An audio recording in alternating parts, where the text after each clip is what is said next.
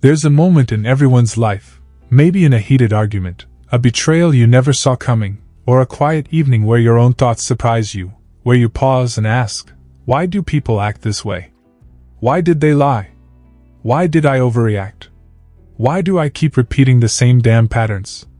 That's the crack where the light gets in, the moment of awakening. And that's exactly where the laws of human nature begins.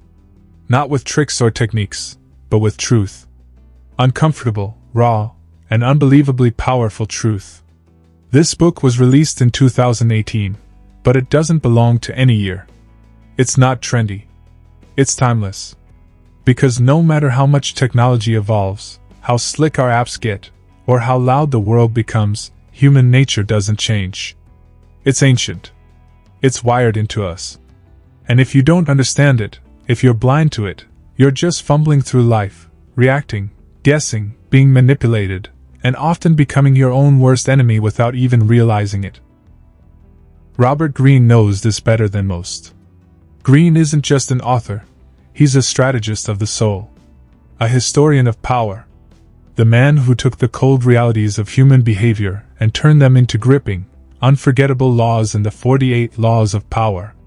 He taught us how greatness is earned in mastery, how seduction is about psychology and the art of seduction, and now, in the laws of human nature, he hands us his most vulnerable, most personal, and arguably most important work. Because this isn't just a book about understanding other people. It's about surviving yourself. It's about decoding your own impulses, your buried emotions, your hidden insecurities, and then seeing those same forces at work in everyone around you. In a world where image matters more than truth, where people wear 1,000 different masks online and off, this book dares to rip those masks off. Gently at first. Then mercilessly. Greene guides you through the emotional undercurrents of human behavior like a seasoned diver exploring the ocean floor, where the real danger lies. You learn to spot envy, not just in others, but in yourself. You recognize passive aggression, manipulation, toxic charm, emotional rigidity, and the fears people carry deep inside, often masked by power, pride, or silence. And the stories, they pull you in. You'll travel through time, back to ancient Athens, into the war rooms of great generals, the quiet reflections of philosophers, the bold moves of rebels, artists, and leaders who shaped the world. But Greene doesn't just tell their stories, he uses them to hold up a mirror. Because what made them powerful, or destroyed them, is still inside all of us. He draws on real history, but the lessons hit hard in today's world. We scroll endlessly. We post, perform, compare. We hide behind screens, yet crave real connection. We want to be seen, heard, understood. But we don't even understand ourselves. This book slices through that noise. It says, hey, slow down. Look. Really look. At yourself. At others. At what's going on beneath the surface. And that's where the real magic begins. Greene doesn't preach. He doesn't sugarcoat. He explains, with elegance and depth, how you're wired, how others are wired, and how those invisible forces shape every conversation, every decision, every relationship. It's like learning a new language, one that lets you read people. Anticipate them. Defend yourself. Influence with integrity. Heal your own patterns. Because when you understand human nature, you stop taking things so personally. You stop falling for fake charm. You see the game for what it is, not to manipulate, but to navigate. Intelligently. Calmly. With awareness. And here's the kicker. This isn't about becoming a master manipulator. It's about rising above manipulation. About living and leading from a place of clarity, emotional strength, and true presence. The laws of human nature gives you 18 powerful laws. Each one is a doorway into a deeper understanding of how we tick, why people act out, why leaders rise or fall, why emotions override logic, why we follow certain people and reject others.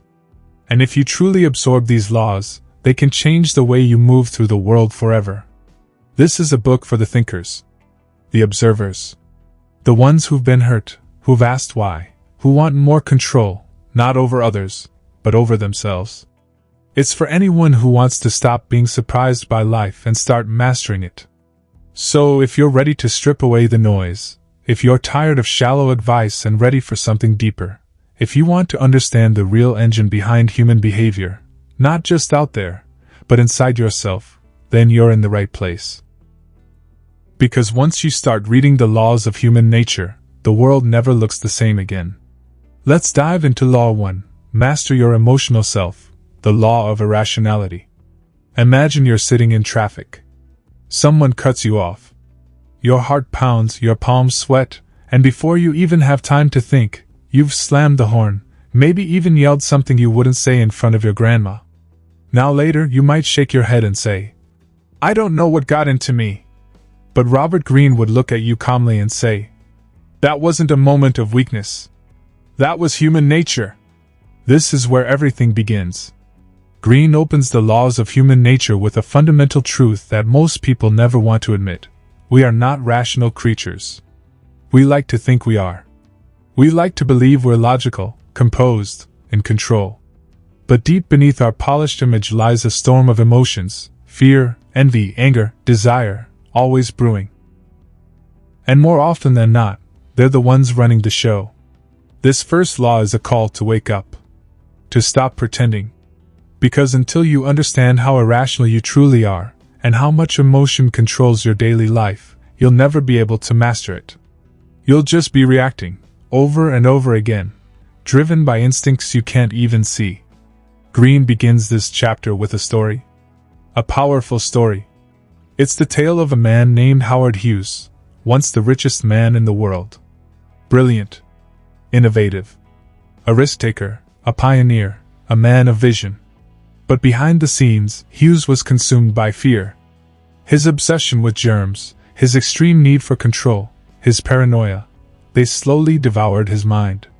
The same emotions that once fueled his ambition eventually destroyed his relationships, his judgment, and his legacy.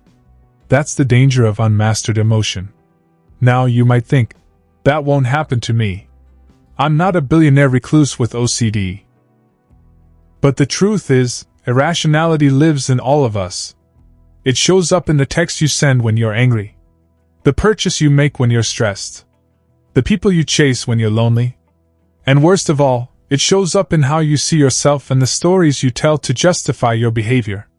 We're emotional creatures first. Reason comes second. That's the truth Greene wants you to face in this first law. But he doesn't just expose the problem. He gives you the way out. He says that the first step to mastering your emotional self is to develop emotional awareness. Not to suppress your emotions or pretend they don't exist, but to observe them. To understand them. To recognize when they're taking the wheel. Greene introduces the idea of the inner observer. This is the part of you that steps back and watches your emotions rise like waves. Instead of being carried away by anger or anxiety or desire, you learn to watch it, feel it, but not become it. He explains that every emotion is a signal. It's rooted in something: fear of rejection, need for validation, a bruise to the ego.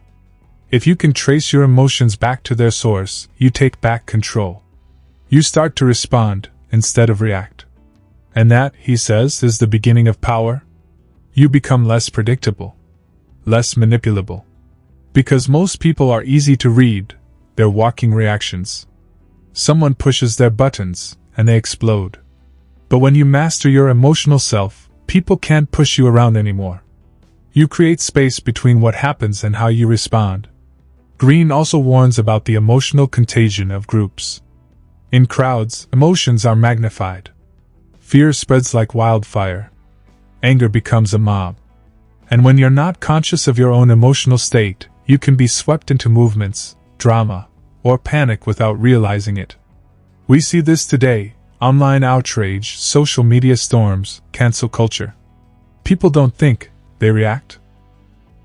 And most of the time, they don't even know why. That's irrationality in action. So what's the practice here? Greene urges you to build the habit of self-reflection. Journal your emotional triggers. Notice patterns.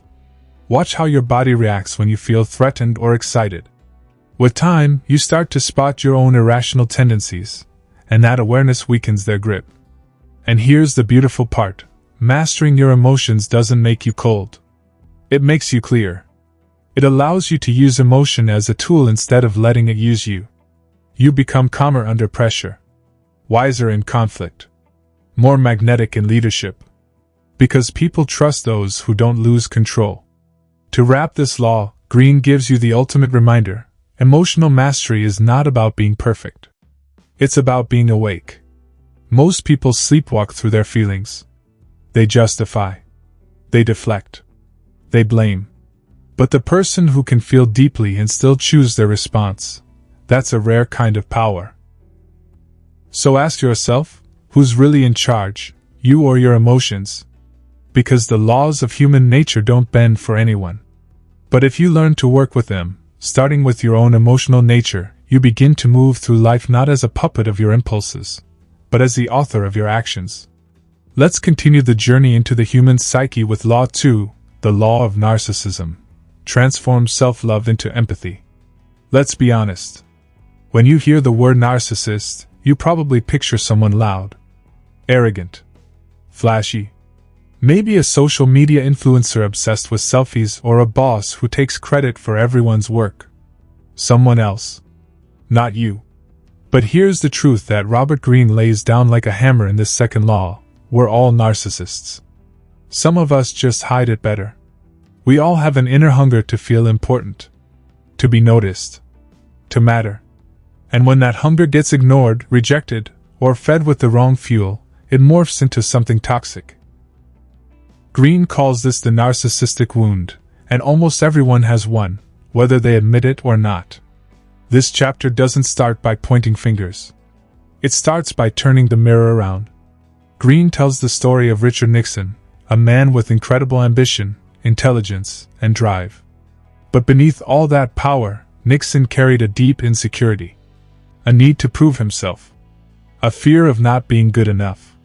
And over time, that emotional scar turned into paranoia, control, and eventually, self-destruction. That's the danger of unchecked narcissism. It doesn't always wear a crown.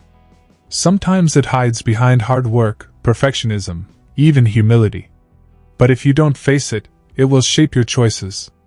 It will affect how you treat people. And it will cost you something: relationships, peace, or your own self-worth. Greene doesn't demonize narcissism. He explains it. He says it's part of being human. Babies are pure narcissists. They cry and expect the world to revolve around them. That's normal. But if we don't mature emotionally, if we don't develop empathy, then we carry that same emotional self-absorption into adulthood. And that's where the damage begins. So what's the solution? Greene gives it to us straight. Transform narcissism into empathy. That's the golden path. It doesn't mean ignoring your needs or playing small. It means learning to look outside yourself. To feel what others feel. To understand their desires, their wounds, their fears, not to manipulate, but to truly connect. Greene introduces the concept of the empathic attitude. This is a way of moving through the world where you listen deeply, observe closely, and suspend your ego. You don't assume. You don't interrupt. You watch body language. You hear tone. You feel into the silence.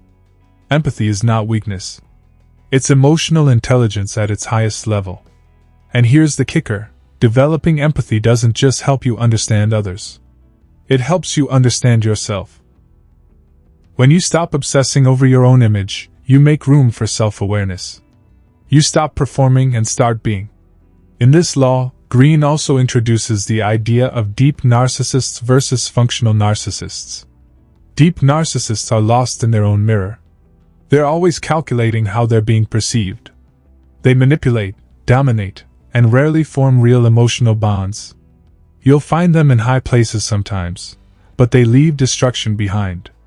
Functional narcissists, on the other hand, have that same inner drive to be special, but they use it to fuel their creativity, leadership, and empathy.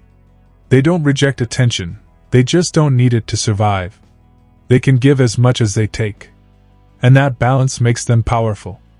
He also points out that the most seductive people are often the most empathetic. Not because they flatter, but because they see you. They make you feel heard, understood, valued. That's what empathy does. It builds trust, connection, and influence. But Greene doesn't let us off easy. He challenges you to look at the ways your own narcissism shows up. Maybe it's needing constant validation, or being crushed by criticism, or needing to prove yourself all the time. He asks you to name it, face it, and start doing the work. Because only when you understand your own emotional hunger can you stop projecting it onto others. At the heart of this law is a deep, almost spiritual message. When you turn your focus outward, not in a fake, performative way, but with real curiosity and care, you unlock something sacred.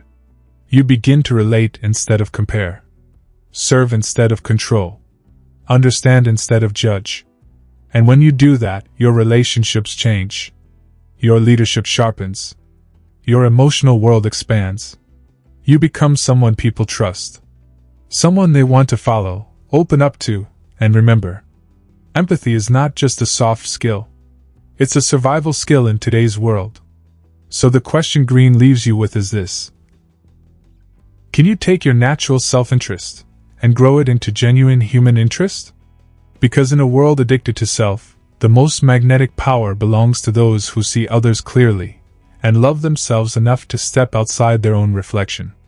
Let's dive even deeper into the world of human nature with Law 3, the law of role-playing. See through people's masks. Picture this. You're at a job interview. The person across from you is all smiles, warm handshake, polite questions. But something feels off. Behind the charm, you sense cold calculation. You leave wondering, was that real? Or was I just played? Robert Greene would say, you were watching a performance. Welcome to the third law of human nature. A law that hits right at the center of how we move through the world. Because here's the harsh truth. Everyone is playing a role. Including you.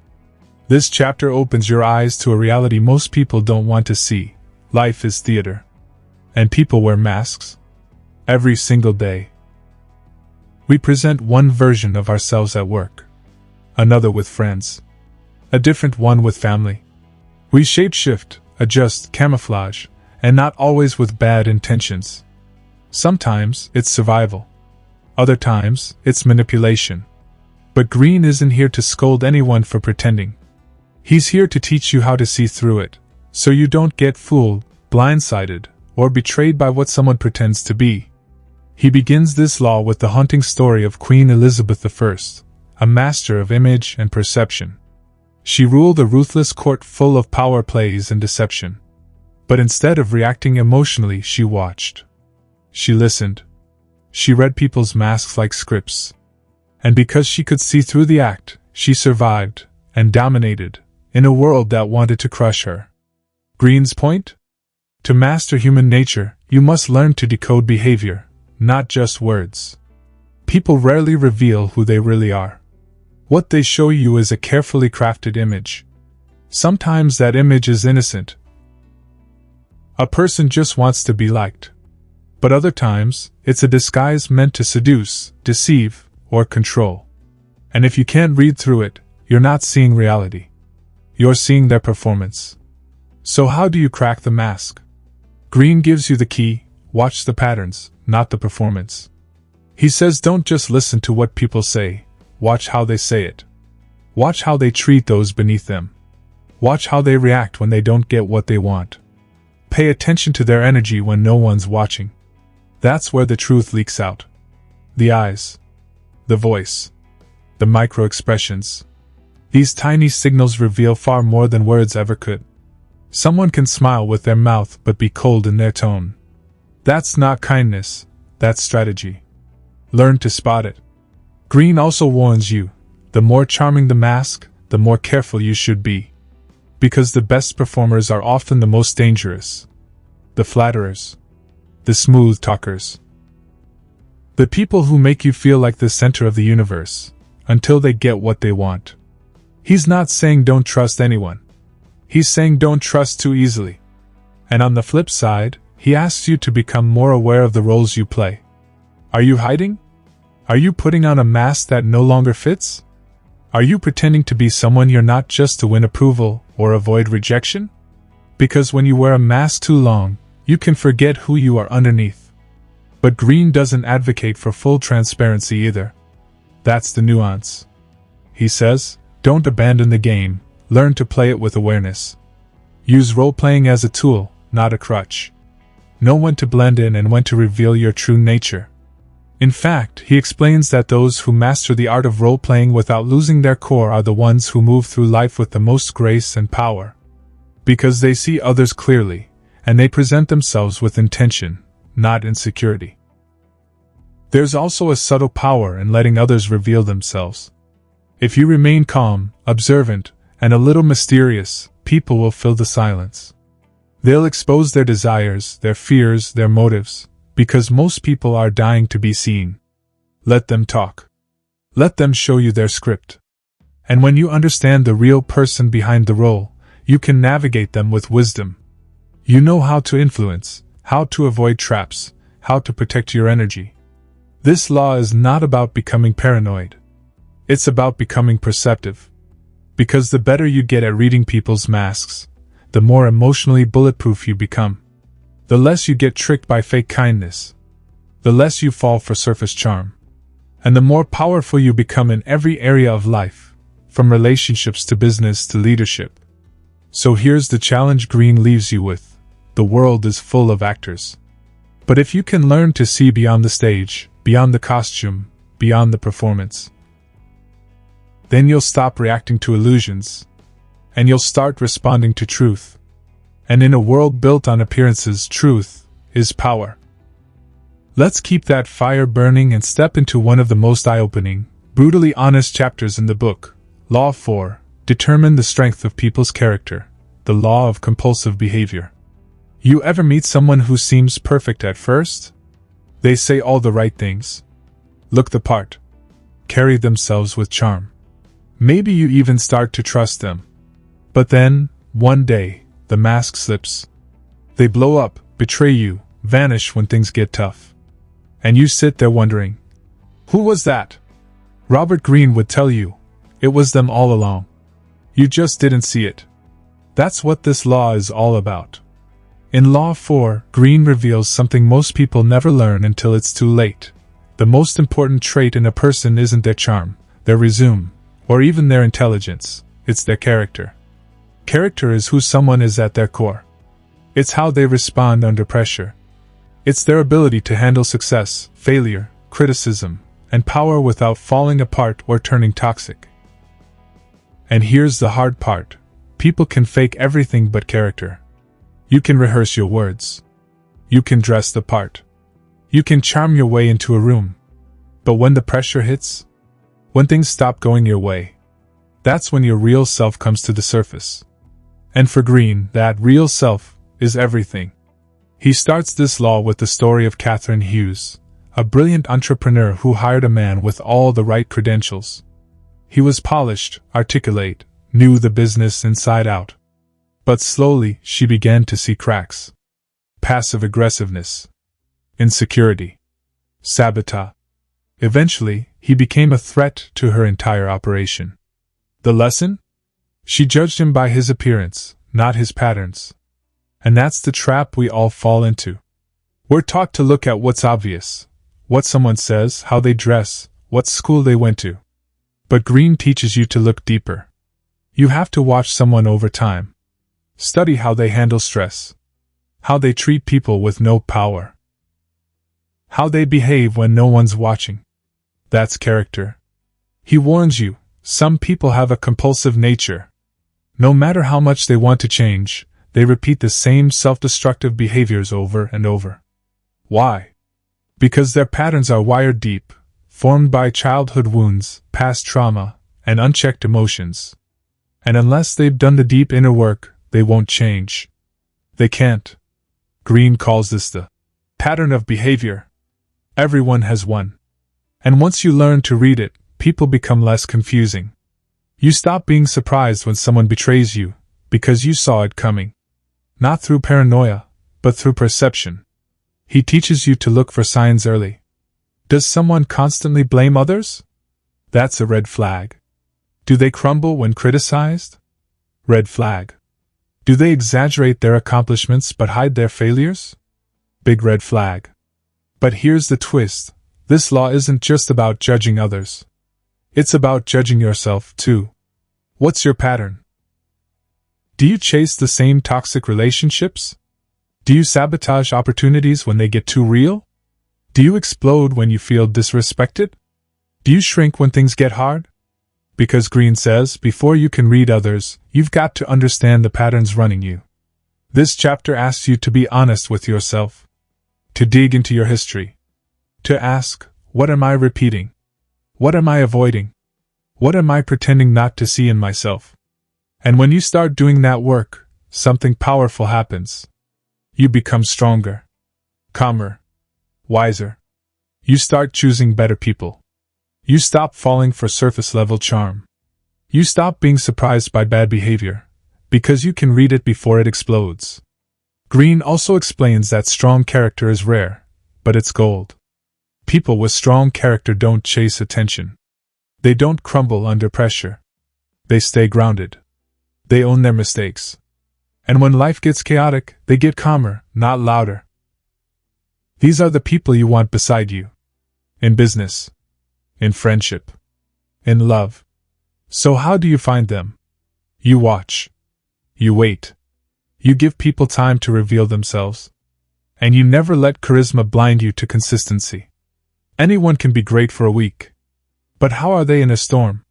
How do they show up when it's inconvenient? Because character doesn't lie. It doesn't hide. It always comes out. So here's Greene's challenge to you. Start seeing people as patterns, not just personalities. And more importantly, start working on your own character. Because the stronger it is, the clearer your vision becomes. You stop needing fake people to validate you. You stop chasing chaos. You start moving with intention. And when your character is solid, you become unshakable. The storms still come. But you don't lose yourself in them. And that, in a world full of performers, is rare power. Let's dive deeper into the raw psychology of desire with Law 5. Become an elusive object of desire, the law of covetousness. Desire. That electric, unexplainable pull. We crave what we can't have. What's just out of reach. What shimmers with mystery. And that is the root of this law. In Law 5, Robert Greene cracks open a truth most people spend their whole lives ignoring. We don't desire what's familiar, we desire what we imagine. And when something, or someone, feels too available, too easy to figure out, the spark fades. Fast. So what does Greene teach here?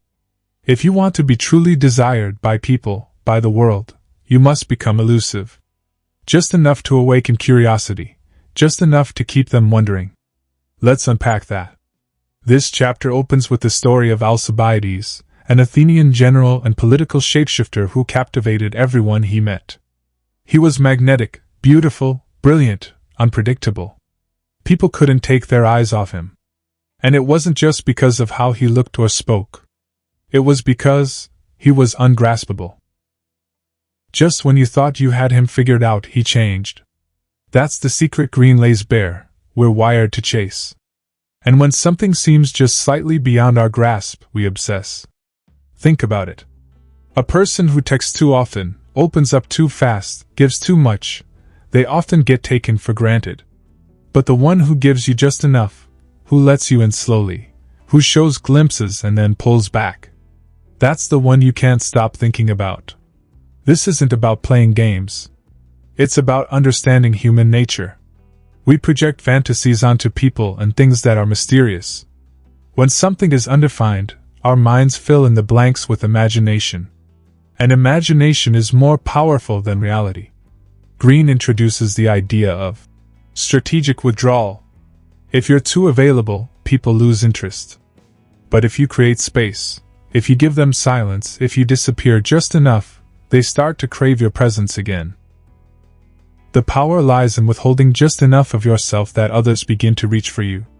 He also warns of a trap, the urge to overexpose. Especially in today's world of social media, People think they need to show everything to stay relevant. But Greene argues the opposite. The more you reveal, the less people imagine. And when the mystery dies, so does the desire. So he urges you, don't be predictable. Don't be fully available. Be magnetic, not desperate.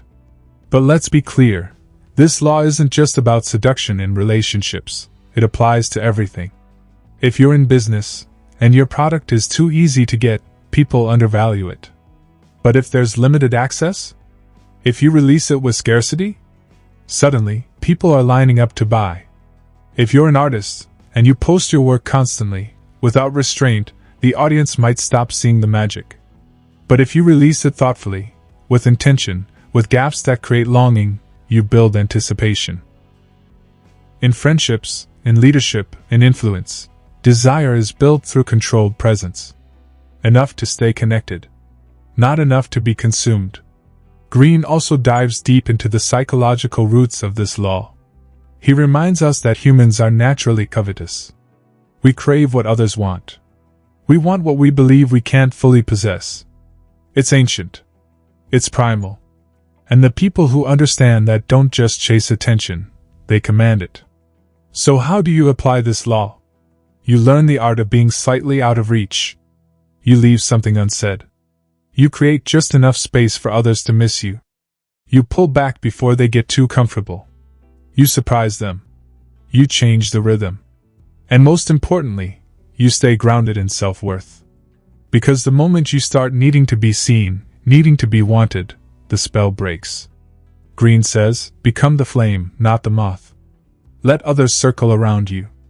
Let them wonder where you are, what you're thinking, what you might do next. You don't have to be distant. Just, not completely available. That's the art. Because in the end, the strongest form of power isn't forcing someone to want you. It's creating a presence so compelling, so carefully crafted, that they choose to chase you. And that is when you know you've tapped into real influence. Let's move forward into a law that really forces you to step back and examine the bigger picture. It's time to dig into Law 6, elevate your perspective, the law of short-sightedness. Picture this, you're in the thick of a battle. Emotions are high, decisions are urgent, and everything feels like it's happening right now. You're in the heat of it, focused on every small detail, every action, every little move. But as you react, as you make decisions in the moment, a thought crosses your mind. Am I seeing the whole picture? Because here's the thing Greene points out in this law, most people are trapped in the moment. They only see the immediate, the urgent, the now. And it blinds them to the bigger picture. And that, my friend, is where the danger lies. Greene pulls you into this law by revealing the most damaging mistake people make in the heat of the moment, short-sightedness. When we're emotionally involved, whether it's in a personal dispute, a business deal, or any high-stakes situation, we forget to step back. We forget to see the long-term consequences. And in the rush of the present, we make decisions that can hurt us in the future. This is a law of emotional clarity. It's about learning to lift your gaze above the storm. To stop reacting based on immediate impulses and start thinking with the future in mind. Greene opens with the story of Napoleon Bonaparte, who, despite his brilliance, often became so focused on his immediate goals that he neglected the long-term impact of his actions. His fixation on conquering Europe blinded him to the real dangers, especially to his supply lines and overextension. And we all know how that ended. His downfall was the product of a lack of foresight, something we're all guilty of at times. The moment feels so intense that it clouds your judgment. You don't think about the ripple effects. You don't think about where this decision will lead. But Greene teaches you, always elevate your perspective. When you're caught up in the chaos, step back and ask yourself, what am I missing? What's the bigger picture here? Think of it like being on the ground versus being on a mountaintop. When you're stuck at ground level, all you see is the immediate obstacles in front of you, the traffic, the crowd, the noise. But from the mountaintop, you can see everything, the road ahead, the terrain, the hills, the paths leading to your destination. This law isn't about ignoring the present. It's about adding layers.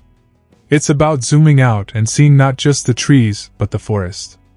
When you elevate your perspective, you can weigh the long-term impact of your actions. You can choose your battles wisely. You can avoid the traps that come from reacting impulsively. Greene teaches you to cultivate patience and strategic thinking. Don't get caught in the fire of the moment. Don't be impulsive. Let your emotions calm before making decisions. The more you can rise above the immediate, the more you'll see the patterns that others miss. Think about this. When you take the time to elevate your perspective, you start to see the subtle shifts in the game. You can predict what's coming next. You see the consequences before they happen. You notice the things other people are too busy to see. This is a tool that applies to everything, from business deals to personal relationships to crises. Whether you're trying to navigate a toxic workplace or make an important decision in your personal life, raising your perspective allows you to see beyond the immediate chaos and make decisions with long-term success in mind. Greene also points out that this elevated perspective is a sign of maturity and wisdom. The more you practice this mindset, the more you see the world from a place of calm and confidence, not fear and urgency. You start making choices based on what's best for the future, not just what feels good or easy in the moment. And let's be clear, Greene doesn't just want you to rise above the noise, he wants you to anticipate it. It's about becoming proactive rather than reactive. To stay one step ahead. To see the big picture before it's too late. That's how you master human nature. By staying calm. By rising above. By understanding that the world is not just about today, it's about tomorrow, next week, next year. So, take a moment. Look at the situation you're facing right now. Take a deep breath. Zoom out. What's the long-term picture? What does this moment look like a year from now? 5 years? The more you do this, the less you'll get swept up in the moment, and the more you'll control your destiny. In the end, those who see the long-term picture become the true leaders, the true visionaries. They don't get bogged down by the temporary. They understand that to win the game, you need to play for the future, not just the present. And that's the power of elevating your perspective. Let's dive into Law 7. Get others to do the work for you, but always take the credit, the law of influence and credit. Here's a question for you. What's the best way to succeed in any endeavor without burning yourself out, without doing all the heavy lifting, and without overexposing yourself to risk? Answer: leverage other people. And in this chapter, Robert Greene lays down one of the most controversial and powerful laws in his arsenal. Get others to do the work for you, but always take the credit. Now, before your moral compass starts screaming, let's slow down. Greene isn't advocating for pure exploitation. He's not telling you to simply manipulate or take advantage of others. What he's talking about is a more subtle, more strategic principle: the power of influence and the art of delegation. The key here is understanding that true power doesn't lie in doing everything yourself. It lies in your ability to command resources, to mobilize others, and to have them do the work for you while you maintain the image of being the one in control, the one with the vision. Greene starts with the example of Louis XIV, the King of France, one of history's most iconic figures of power and influence. Louis was a master at surrounding himself with brilliant minds and letting them do the heavy lifting. But in return, he took all the glory. What made Louis powerful wasn't just his ability to rule, it was his mastery of appearance. He knew how to play the part, how to frame the narrative, and how to ensure that he was always seen as the figurehead, the source of power, and the origin of success. He made sure the credit always came back to him, even when others did the work. The message here isn't about laziness, it's about strategy. And here's the crucial insight Greene gives. Most people fall into the trap of doing everything themselves, thinking that hard work and sacrifice are the only paths to success. But those who truly rise to the top know that they need to position themselves as the brains, not the hands, behind a successful venture. Think about the most successful leaders, entrepreneurs, and even historical figures. How many of them were the ones actually building, manufacturing, or creating? The reality is, many of them weren't. They knew how to delegate, how to get the right people in the right positions, and then take the credit for the work they made happen. Greene explains that this law works because of human nature. People love to be in service to someone they believe is powerful. The moment you position yourself as the one with vision, as the one in control, people will naturally gravitate toward you to help make your vision a reality. They'll work harder for you, do more than they would for anyone else, and often, they'll do it for the recognition and the sense of belonging.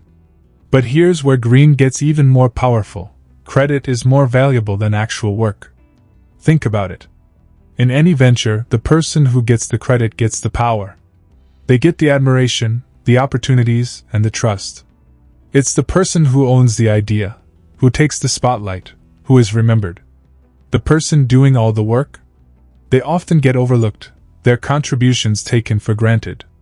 This isn't a knock on those who work hard, but rather a lesson in strategic positioning. As Greene writes, you need to learn how to control the narrative and how to position yourself as the one who leads the charge. Now, Greene doesn't recommend stealing ideas or claiming credit for others' work without any consideration for them. This law is more about positioning yourself as the central figure, even when you're not the one doing every little task. It's about managing perception and leveraging your influence. So how do you apply this law to your own life? Start by recognizing the value of your influence. Understand that being the brains behind a project or idea gives you the upper hand. Delegate, trust others to handle the nitty-gritty, and then make sure your role is front and center. Don't be afraid to highlight your contributions, even if they were more about conceptualizing, organizing, or leading rather than executing every small step. Another part of this law is the ability to publicly associate yourself with success. Even if you didn't do every single task, if you were the one steering the ship, make sure the world knows that. If someone else completes a project, let them take satisfaction in the work, but ensure they know that it was your leadership, your brilliance, that made it happen. In the end, this law isn't just about manipulation, it's about playing to human instincts. We're all driven by a need for recognition. We want to be associated with success, to feel like we've contributed to something bigger. The people who understand this, the people who can delegate effectively and control the credit, are the ones who rise to the top. Greene even calls this the power of visibility. People are drawn to those who appear successful and in control. It doesn't matter how much work you've put in. What matters is that you are seen as the one who made it all happen. So, in the world of power dynamics, always remember, it's not enough to just be good at what you do. You have to make sure the world knows that you are the one who made the magic happen. When you learn how to do this without guilt or fear, you tap into one of the most influential strategies of all. Next is Law 8. Make other people come to you, the law of coercion. Imagine this. You're standing at the edge of a calm lake. Everything is peaceful, still. But suddenly, someone tries to rush across the water, splashing and flailing. It's messy, chaotic. The more they try to force their way through, the harder it becomes. Now, picture yourself instead, standing on the shore, calm and collected, watching them struggle. You're in control, not by forcing your way in, but by allowing others to come to you. That, my friend, is the essence of Law 8, the power of coercion in human dynamics. In this law, Robert Greene shows you that true power comes not from chasing others or forcing them to do what you want, but from creating a situation where they are naturally drawn to you. At first, this might sound counterintuitive. After all, don't we typically think power is about asserting control? About being the one in charge, pushing others around, forcing things to happen? But Greene flips that idea on its head. Instead of chasing after people, instead of pushing, you should focus on making them come to you. Create such an irresistible presence that others feel compelled to approach you, to offer their resources, ideas, and energy. Think about it. Whether it's in business, relationships, or any power dynamic, the ones who are constantly chasing are the ones who look desperate. They lose power because they are the ones putting in all the effort, trying to convince others to listen, to act, to follow. But the ones who are the true forces, those who seem to effortlessly attract others, are the ones who stand firm. They attract attention without lifting a finger. Greene uses the example of Machiavelli, the political strategist and philosopher, to illustrate this law. Machiavelli advised princes and leaders to create a situation where others must come to them for advice or help. He said that in politics, as in life, when you put yourself in a position of strength, when you create the right environment, you force others to come to you. They have no choice but to offer their loyalty, their support, and their resources.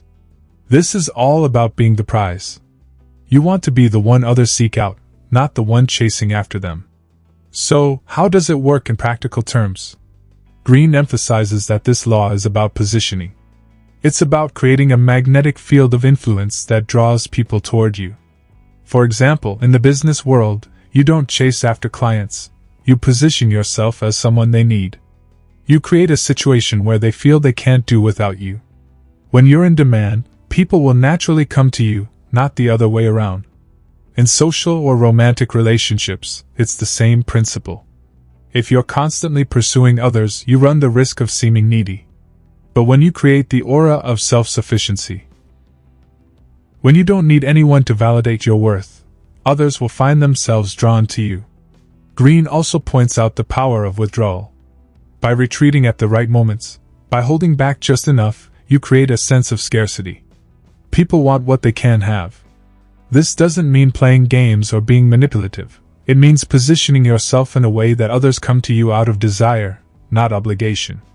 A key part of this law is also about indirectness. People are naturally resistant to coercion, to force. But if you can make them feel like they've come to the conclusion on their own, that they're the ones who sought you out, that they made the choice, that's when you truly have power. Let's say you're negotiating. If you push too hard, the other side will dig in their heels.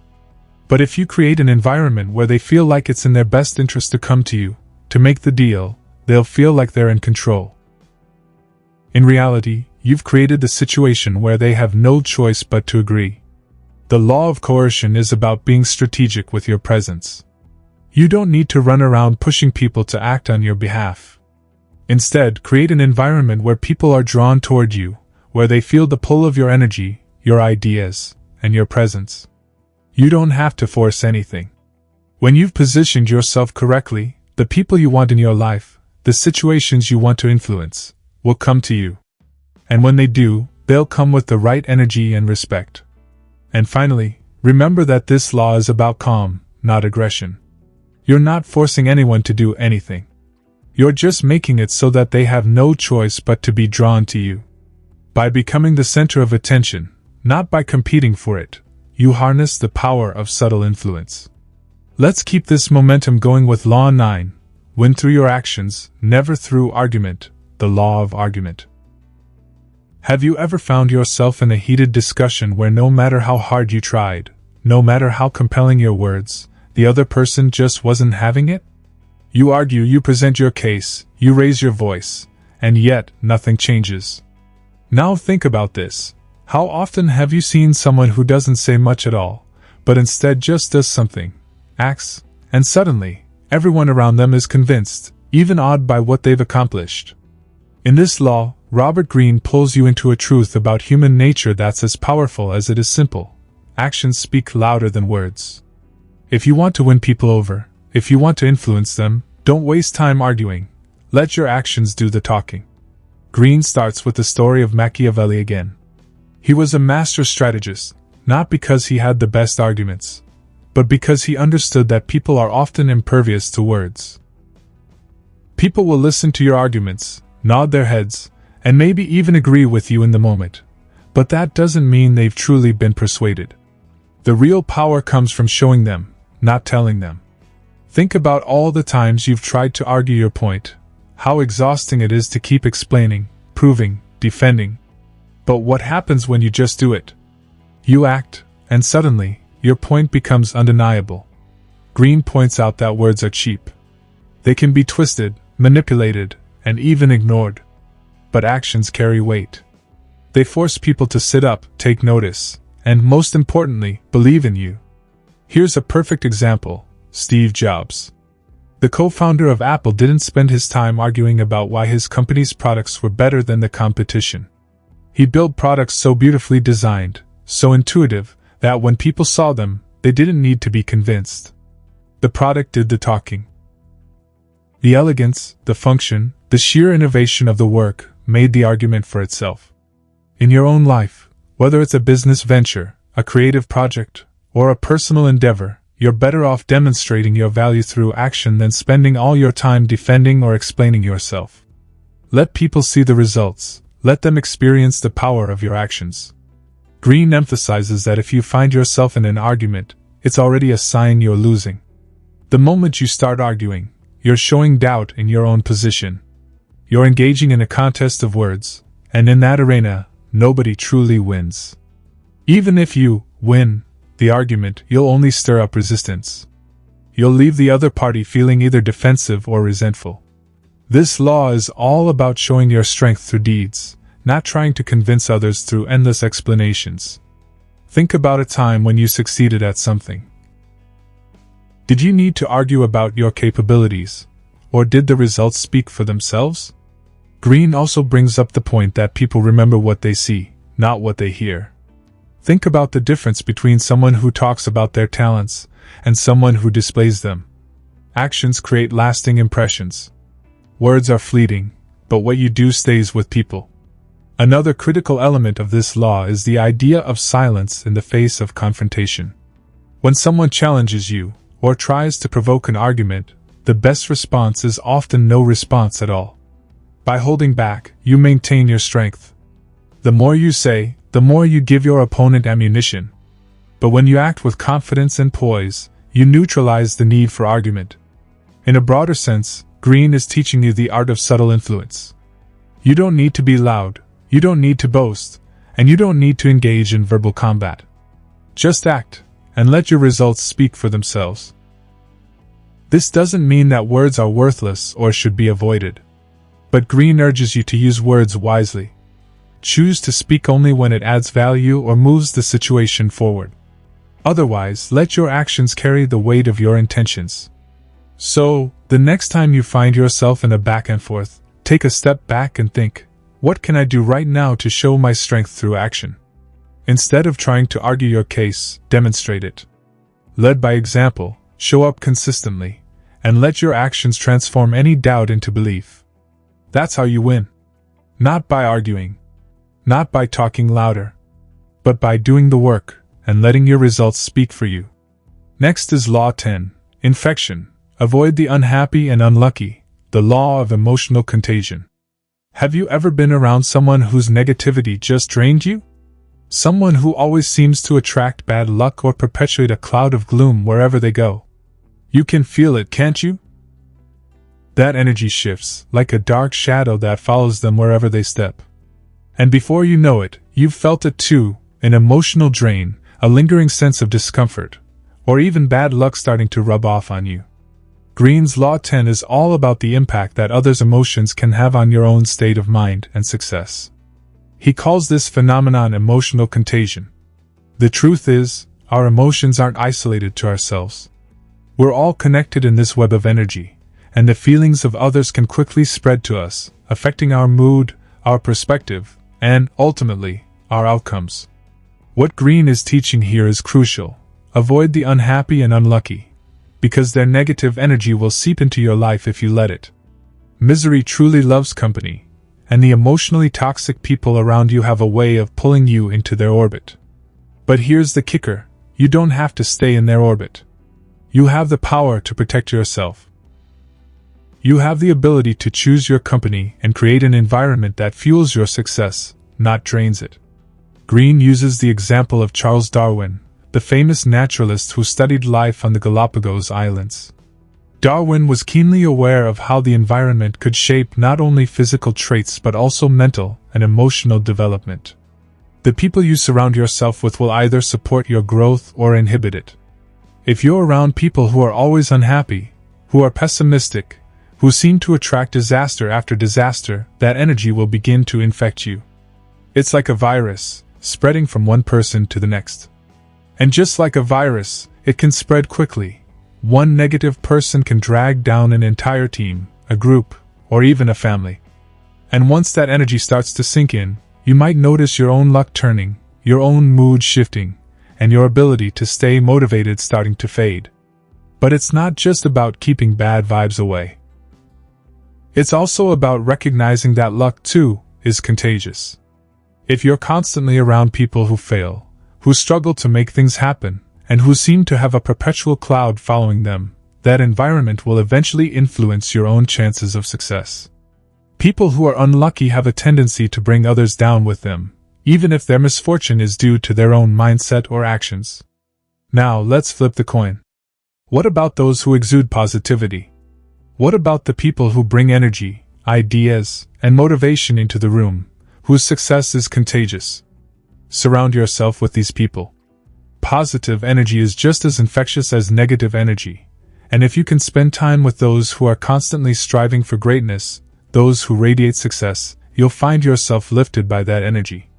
Think about the most successful, the happiest people you know, whether in business, sports, or even in your personal life.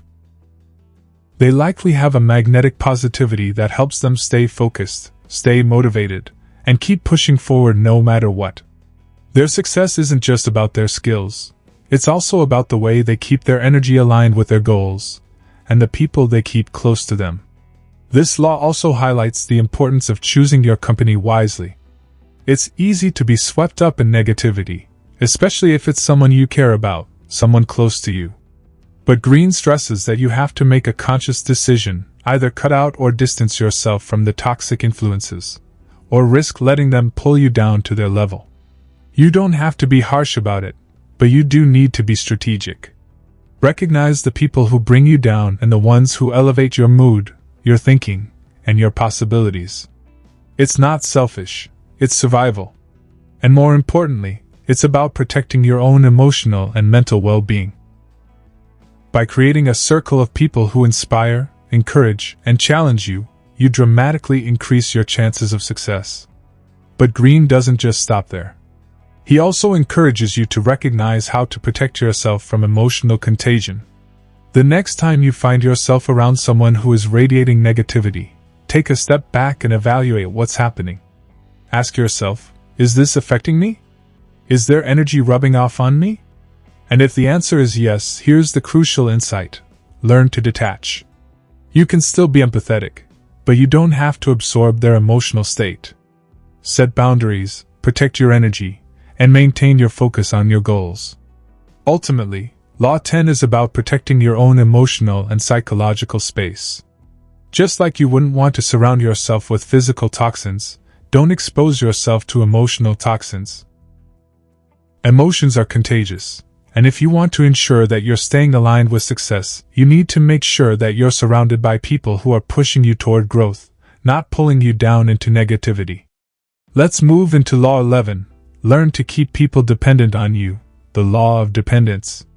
Have you ever thought about what happens when someone truly needs you?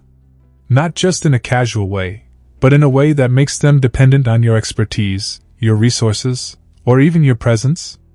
The feeling of being irreplaceable, of being the person others can't function without, is not just powerful, it's transformational. That's the heart of Law 11. Robert Greene introduces us to the idea that dependence is a tool of influence. The more people rely on you, the more power you hold over them. And this doesn't have to be manipulative or underhanded. It's about positioning yourself as the source of something they need or want, making you indispensable in a way that benefits both parties. At first, this might sound like a strategy based on control or dominance. But in Greene's perspective, it's more about creating a dynamic where you provide something valuable, and in return, others feel they can't get by without you. Think about it. In business, when you're the one who has the most knowledge, the most experience, or the most valuable connections, others will turn to you. They won't want to risk losing access to that source of power. If you position yourself as crucial to their success, they'll come back to you time and time again, making them dependent on your unique contribution. Greene often uses historical examples to illustrate his laws, and for Law 11, he draws upon King Louis XIV of France. The king kept his nobility dependent on him, not by offering them power or wealth, but by controlling access to court life. Those who wanted favor or advancement had to constantly engage with him, attend his court, and depend on his goodwill. By positioning himself as the center of influence, Louis XIV made sure that no one could rise without his approval. This law is especially valuable in any professional setting. Let's say you're an entrepreneur, a consultant, or someone in a specialized field.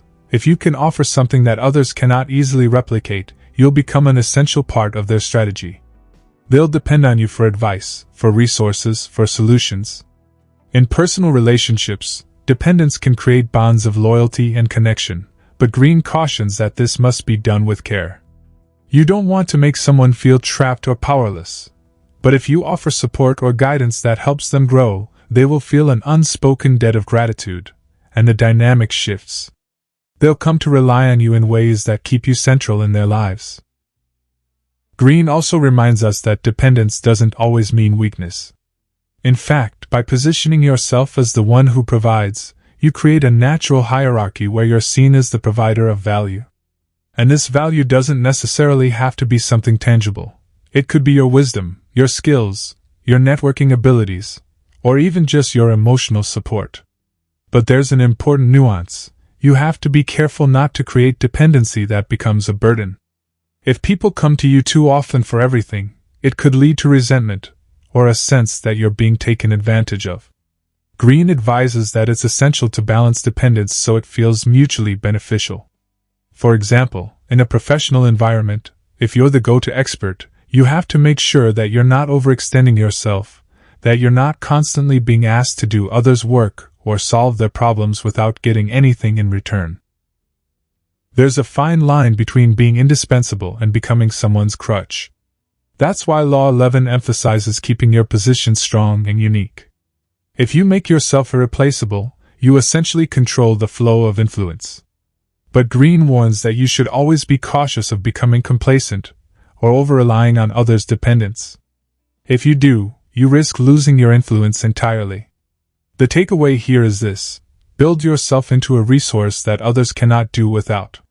By positioning yourself as the one who can solve problems, offer insights, or provide value, you create a dynamic where others will rely on you, and by extension, you will wield considerable influence.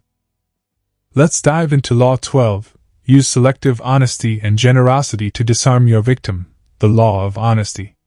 Honesty is a virtue, right? We're taught from a young age that being truthful and transparent is the right way to approach life. But here's the twist Greene presents in Law 12. Honesty, when used selectively, can be a tool of manipulation, and not in the way you might think.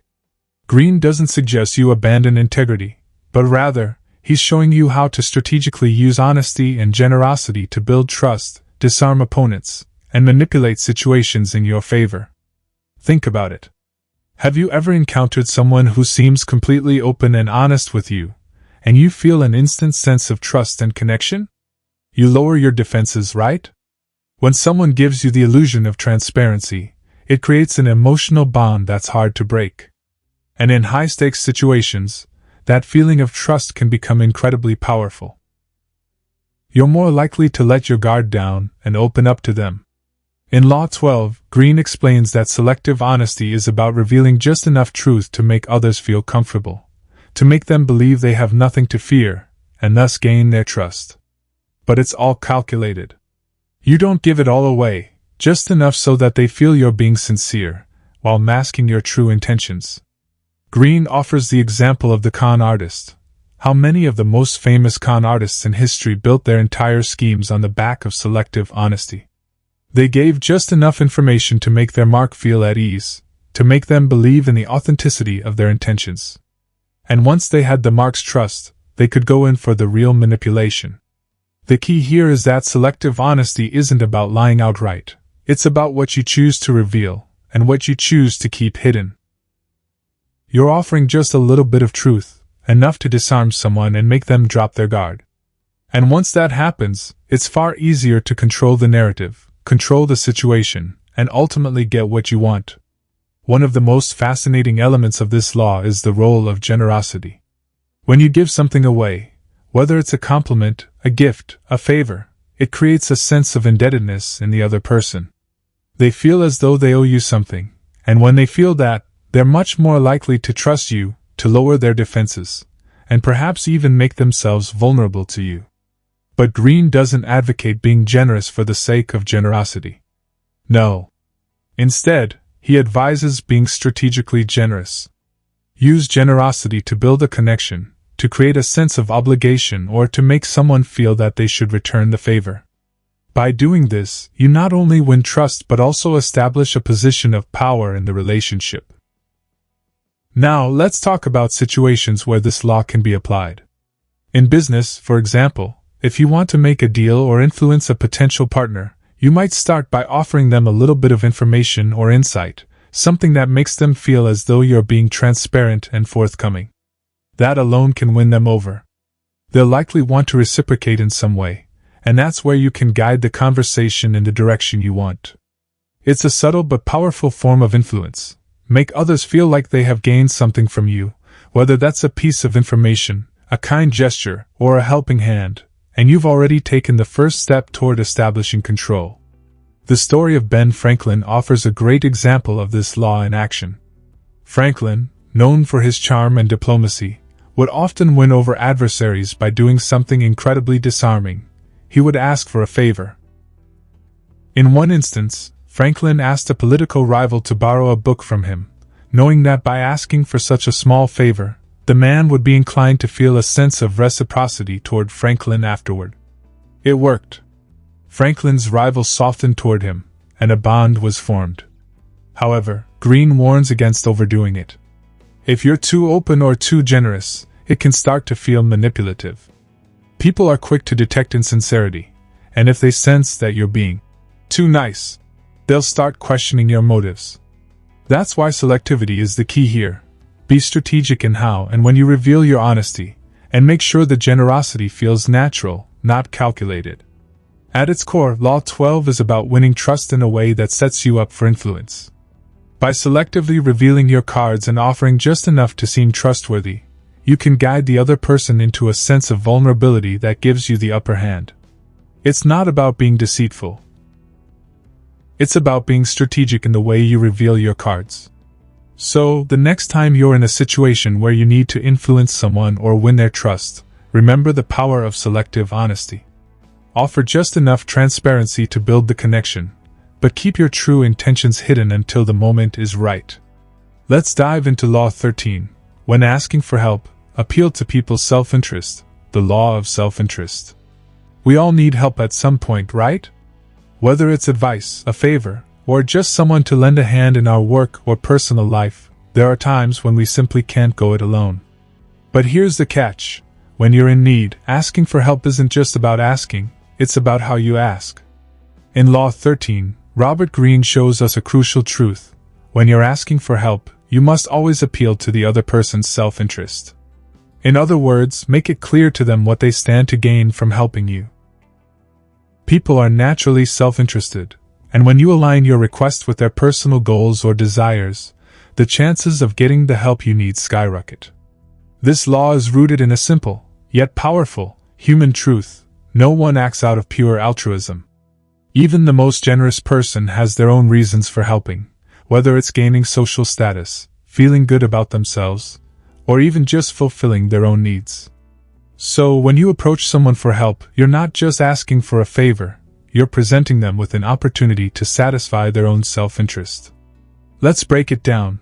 Imagine you're working on a project and need assistance.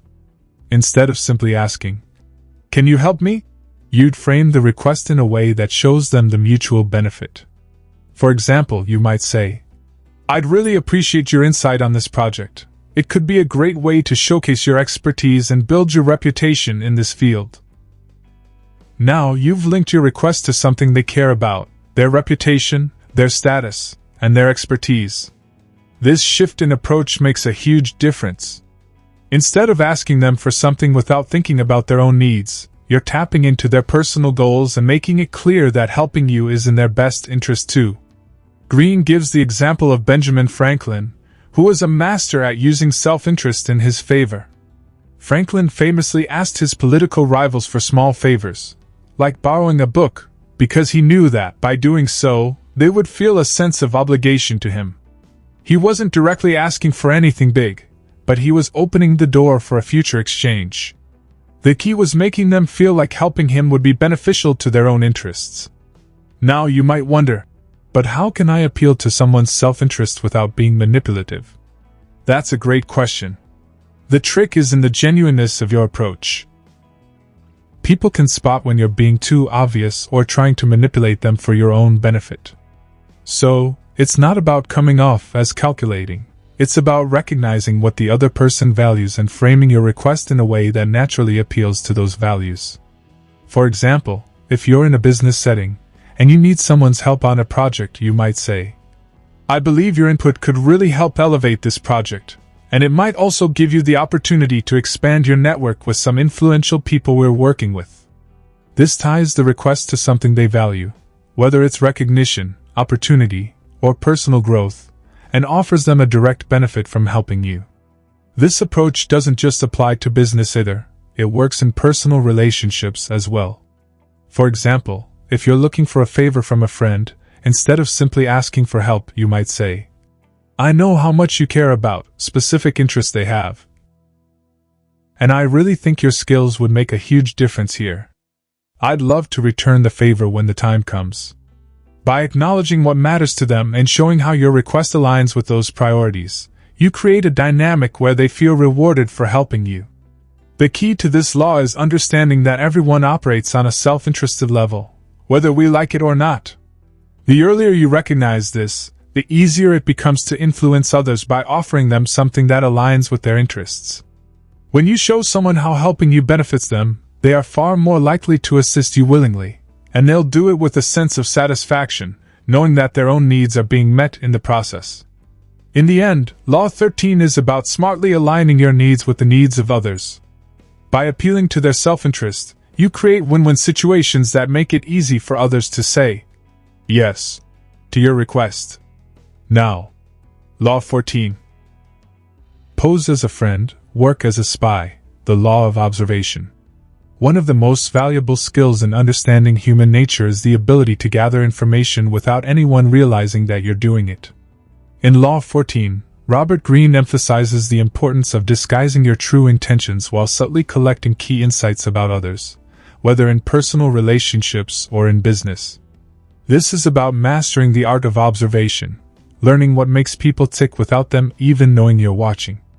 Greene's key point in this law is simple: knowledge is power. And the more you know about others, their fears, desires, weaknesses, and motivations, the more control you have in any situation. But instead of directly confronting people or putting them on guard, you can gather the information you need by posing as a friend. When you do this, people let their defenses down, opening up to you in ways they wouldn't if they felt you were trying to manipulate them. This idea of posing as a friend might seem a little deceptive, but it's more about understanding the dynamics of human interaction. People are naturally more open and vulnerable when they trust you, which is why pretending to be someone's ally can create a window of opportunity to learn things that might otherwise remain hidden. The key is that you're not taking advantage of their vulnerability in a harmful way. Instead, you're learning more about them to navigate situations with greater insight. Greene uses historical examples to bring this law to life, and one of the most striking examples he shares is that of spies throughout history ***, who have gained access to powerful information by posing as allies or even friends. Imagine a spy infiltrating a government or military operation.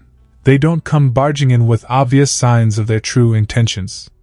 Instead, they blend in, act like they belong, and gradually gather intel. The more they observe and understand the dynamics at play, the better positioned they are to influence events and outcomes. This law isn't just about gathering information for the sake of it, it's about strategic awareness. It's about knowing the landscape, understanding the power plays, the emotional undercurrents, and the potential risks in any situation.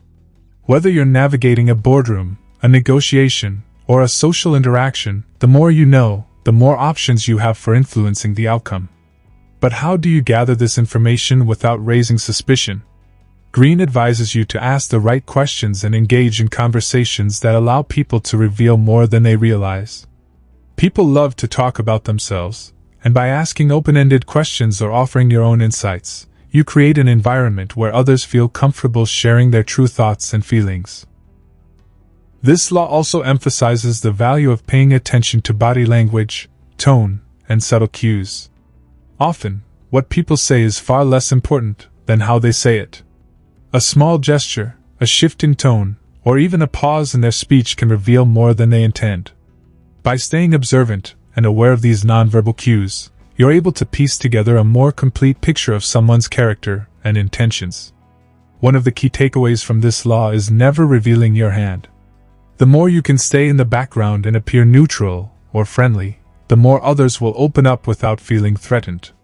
This allows you to gather the information you need, without giving away your true intentions, and without appearing to have an agenda. Greene also talks about knowing when to keep your distance. Sometimes, the best strategy is not to get too close, but to observe from afar, letting others reveal their true nature without you actively engaging. In this way, you remain an outsider, learning from the sidelines but never giving away anything about your own position. So, how does this apply to your life or career? Whether you're in a corporate environment, negotiating a deal, or navigating a personal relationship, the ability to observe, learn, and understand people's motivations can give you a massive advantage. It's about understanding the hidden forces at play, what people really want, what they fear, and how they operate behind the scenes. In business, for example, the best negotiators are often those who've spent time quietly observing the other party's behavior, their patterns, and their body language. It's not about what they say, but about what they reveal unconsciously. If you can read between the lines and understand their emotional drivers, you'll be able to predict their next move and position yourself to gain the upper hand. The key to mastering this law is patience and restraint. You need to be willing to observe quietly, not rushing to reveal your true self or your plans. This allows you to gather the information you need in order to act at the perfect moment, when you have the greatest leverage. Let's dive into Law 15, Crush Your Enemy Totally, the Law of Destruction. In the world of power dynamics, weakness is a liability. Whether in business, personal relationships, or even political arenas, one thing remains true. If you leave your enemies or rivals in any position to retaliate, you risk them coming back stronger and more dangerous. Law 15 is all about total domination, making sure that any threat you face is completely eradicated, so it can't rise again to challenge you. This law might seem ruthless, even extreme, but Greene's philosophy here is grounded in practicality. The truth is, you're not just fighting a single battle. You're protecting yourself and positioning yourself to maintain long-term control. If you leave the door cracked open for an enemy to rise again, they'll only return with more strength, more resources, and more motivation to defeat you. So, total destruction of your enemy's ability to fight back is the most effective strategy. Greene uses several historical examples to showcase how this principle has been used throughout time. For example, one of the most famous instances of this strategy in history is Napoleon Bonaparte, who, after crushing his enemies on the battlefield, didn't just leave them weakened. He made sure that they were completely disbanded, their forces scattered and their ability to regroup destroyed. By leaving nothing to chance, he ensured that his enemies were too disoriented to rise again. The idea behind this law is that defeating your enemies isn't enough. You have to make sure they're never able to recover. You want them to feel utterly helpless, as though they've lost the fight and have no way of coming back. This is what makes the victory complete and gives you an advantage that lasts. Now, the key to implementing this law effectively is to understand the psychological side of warfare. It's not just about physically destroying your enemy, it's about destroying their spirit, their confidence, and their will to fight. When you crush an enemy totally, you're demoralizing them on every level, leaving them with no hope of ever rising again. This tactic can be especially powerful when used strategically, as it forces others to reconsider challenging you in the future. Greene warns that this is not a strategy to be taken lightly, and it requires careful execution. If you destroy someone too quickly, without ensuring that they have no chance of retaliation, they might regroup, find another path to power, and eventually come back to haunt you. Total destruction requires thoroughness. You need to break them completely, not just in the battlefield but in every area of their life where they might still pose a threat. For example, in a business rivalry, it's not enough to simply outdo your competitor. You need to ensure they have no resources left, no allies, no avenues through which they can recover. This might mean destroying their reputation, cutting off their financial resources, and eliminating any leverage they might have in the industry. Once you've made it impossible for them to rise, you've eliminated the risk of future competition. Psychological warfare is also a big component of this law. It's not just about overpowering someone, it's about making them feel small, insignificant, and utterly defeated. By undermining their confidence and leaving them with nothing, you force them into a state of helplessness. This, in turn, removes the possibility of them coming back to challenge you. In personal relationships, this law can also apply, though it's much more delicate. It doesn't mean you should crush someone emotionally or personally, but in situations of betrayal or threat, you need to ensure that the person cannot come back into your life to cause harm again. This might mean severing all ties, distancing yourself emotionally, and ensuring that they have no opportunity to manipulate or damage your reputation. By doing so, you protect yourself from future damage. However, Greene cautions that this is a law of last resort. You don't need to go around crushing people for every minor transgression. This is about eliminating existential threats, those who pose a genuine and serious risk to your power, influence, or security. It's about ensuring that when you face a significant rival, you're not leaving any stone unturned and that you're taking decisive action to wipe out the threat entirely. One of the most important aspects of this law is timing. You must strike when your enemy is at their weakest, and you need to act quickly. The longer you hesitate, the more time your enemy has to regroup, form alliances, and bounce back. The opportunity to strike is fleeting, and if you wait too long, your enemy might have already recovered and is preparing for another attack. Let's move on to Law 16. Use absence to increase respect and honor, the law of scarcity. We often think that the more we're present, the more we'll be noticed. But Robert Greene flips this idea on its head in Law 16. Instead of pushing forward relentlessly, Greene explains that absence, the strategic use of being less available, can actually increase your value and command more respect from others. It's a lesson in the law of scarcity.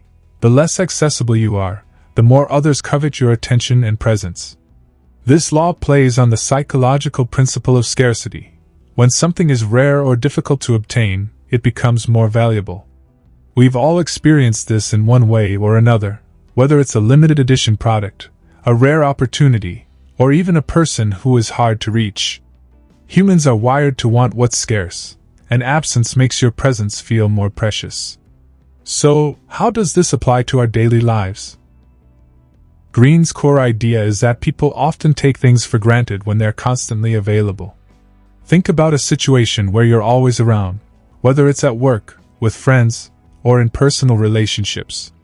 If you're constantly present, your value diminishes because you're no longer seen as a rare commodity. But by withdrawing or reducing your availability, you become more desirable, and your presence begins to carry more weight. This concept also connects to respect and honor. When you're always around, people may begin to expect your time and attention, and it can lead to a sense of entitlement. But by becoming more elusive, you're forcing people to recognize your worth and work to earn your attention. It's about raising your status, making sure you're not taken for granted, and that your presence feels like a privilege, not a given. Think about the idea of powerful figures in history who often kept their distance. Leaders who appeared infrequently, yet their every move was watched with great anticipation. A classic example would be Queen Elizabeth I, who knew the value of being hard to reach.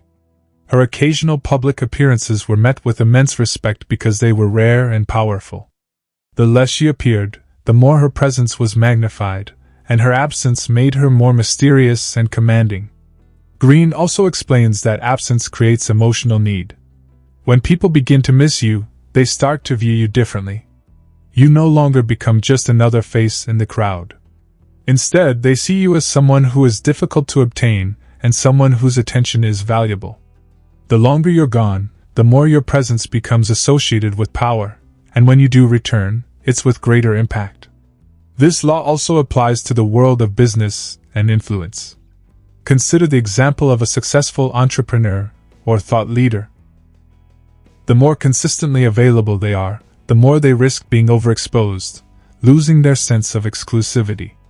However, by occasionally withdrawing, whether it's taking a break from social media, limiting their appearances, or keeping a low profile for a while, they increase their mystique and make their next appearance highly anticipated. Absence, though, doesn't mean total withdrawal. It's about finding the right balance, knowing when to step back and when to step forward. Greene advises that your absence should feel purposeful, not as though you're disappearing out of neglect or indifference.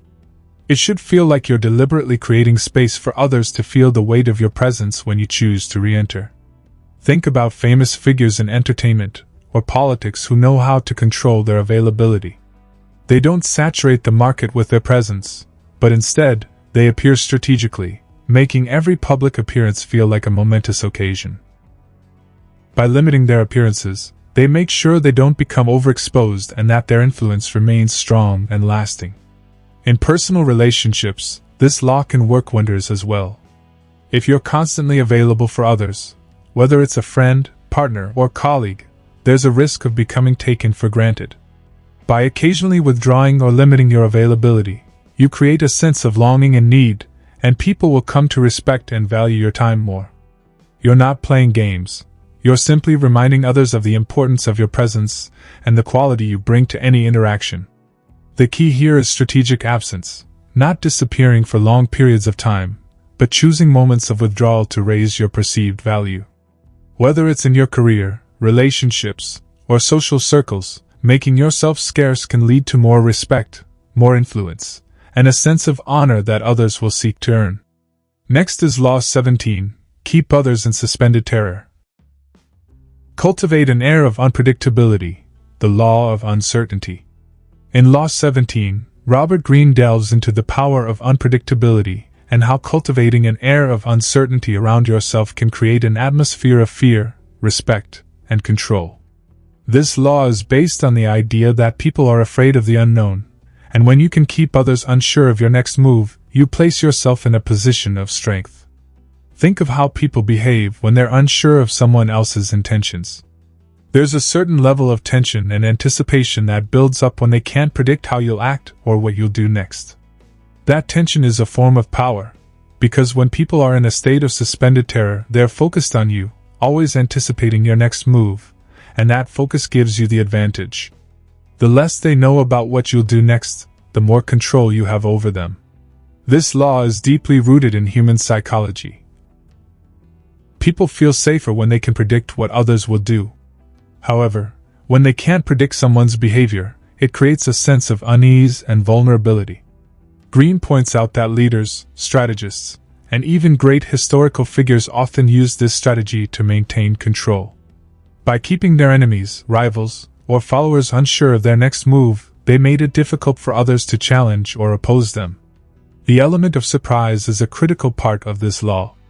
When you act in unpredictable ways, you disrupt the expectations of others, forcing them to remain on guard. This psychological tension can cause people to second-guess their own plans and strategies. If others are uncertain about your next move, they may avoid taking action, out of fear that they'll make the wrong decision or that you'll counteract them in a way they didn't foresee. A classic example of unpredictability in action is Napoleon Bonaparte, who would often engage in unexpected maneuvers on the battlefield. His unpredictable strategies kept his enemies off balance and forced them to remain reactive, rather than proactive. He understood that keeping his moves hidden until the last possible moment would force his opponents into a defensive stance, where they couldn't anticipate his next action. Unpredictability also works on a social level. By cultivating an air of unpredictability, you can make others hesitant to challenge or confront you. If people don't know how you'll respond, they become more careful about how they engage with you. This sense of mystique can also be an asset when trying to command respect or influence decisions. Whether in a business setting, personal relationships, or any social dynamic, keeping others unsure of your behavior creates a form of psychological dominance. One powerful way to use unpredictability is by changing your patterns and behavior frequently. If you always react in the same way to certain situations, people will learn to predict how you'll respond. But if you keep shifting your reactions and break expectations, you create an air of unpredictability that forces people to remain uncertain about how you'll act. For example, in a business context, if you're always predictable and follow the same routine, your competitors will know exactly how to respond to your moves. But by occasionally making unexpected decisions, changing your strategies, or even taking a step back when they expect you to push forward, you force them to reconsider their own plans. They can never relax because they're always waiting for your next surprise move. This law doesn't necessarily mean you have to act in a wild or erratic way. It's about introducing strategic unpredictability. You don't need to be irrational, but you should be intentional about keeping others on their toes. A small change in how you communicate, a shift in your approach to problems, or a surprise decision can all disrupt the expectations others have of you. In personal relationships, unpredictability can be a tool to maintain mystery and engagement. If you're always predictable, people might take you for granted or stop paying attention. However, by changing your behavior now and then, showing a side of yourself that others weren't expecting, or surprising them with your actions, you keep the relationship dynamic and exciting. It's about never letting things get too stagnant or predictable. One caution Greene offers is that too much unpredictability can create chaos and confusion, leading others to feel insecure or disoriented. The key is to strike the right balance. Being unpredictable enough to maintain control and keep others on edge, but not so erratic that they lose confidence in your stability. The unpredictability should feel like calculated tension, not random chaos. Ultimately, the power of uncertainty lies in its ability to control the flow of information and keep people focused on you. When others are unsure of what you'll do next, they have to pay attention to every move you make, creating an environment where you hold the power. Finally, Law 18. Do not build fortresses to protect yourself. Isolation is dangerous. In Law 18, Robert Greene presents a powerful lesson in the dangers of isolation and how cutting yourself off from others can make you more vulnerable. The idea is that isolation, while it may seem like a safe way to protect yourself, ultimately weakens your power and leaves you exposed to hidden threats. The law warns that no matter how strong or independent you are, human beings thrive on connection, and cutting yourself off from others is a recipe for disaster. The human instinct is to build walls around ourselves when we feel threatened or insecure. We sometimes think that by isolating ourselves or retreating behind walls, whether physically, emotionally, or socially, we're protecting our power. But Greene flips this idea on its head, showing how isolation can actually increase your vulnerability. He uses the metaphor of a fortress, a strong, defensive structure meant to protect you from external forces. While fortresses may seem like the ultimate protection, they come with one major flaw: they separate you from the outside world. And in the world of power dynamics, separation means vulnerability. By distancing yourself from others, you lose out on valuable information, insights, and potential alliances. You can't anticipate threats as easily when you're not interacting with those around you, and you risk becoming completely cut off from reality. Think of historical figures or leaders who withdrew into fortresses of their own making. Often, they became trapped in their own bubble of isolation, with no fresh input or perspective. They stopped hearing from their allies, and their enemies took advantage of this disconnection. In extreme cases, these leaders were overthrown or faced destruction precisely because they failed to engage with the world around them. Greene explains that even in the context of power and influence, it's important to stay connected to the people around you. This doesn't mean letting others control you, but it means remaining aware of external forces and keeping lines of communication open. In business, for example, if you isolate yourself from your colleagues, competitors, or the market, you'll miss out on critical information and trends that could help you stay ahead. Similarly, in relationships, if you retreat into yourself, you risk becoming disconnected from the very people who can offer support or insight when you need it most. In politics, isolation has been a fatal mistake for many leaders. Greene gives the example of King Louis XVI of France, who withdrew into the safety of his palace, surrounded by courtiers and advisors. His isolation from the people of France and his failure to understand their discontent made him increasingly disconnected from reality. He couldn't see the growing discontent that would lead to the French Revolution. Had he remained more connected and aware of the world around him, he might have been able to address the growing unrest before it led to his downfall. One of the dangers of isolation is that it can lead to paranoia. When you cut yourself off from others, your worldview becomes skewed. You begin to view everything as a threat because you no longer have a balanced perspective. Greene emphasizes that in moments of power or success, it's easy to retreat into self-imposed isolation, thinking that you're too important to mingle with ordinary people or that you no longer need to connect with others. But this is a dangerous mindset that can create blind spots in your understanding of your environment. Moreover, isolation can also deteriorate your emotional and mental well-being.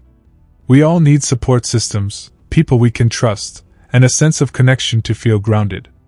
When we isolate ourselves, we risk becoming consumed by our own fears, doubts, and insecurities.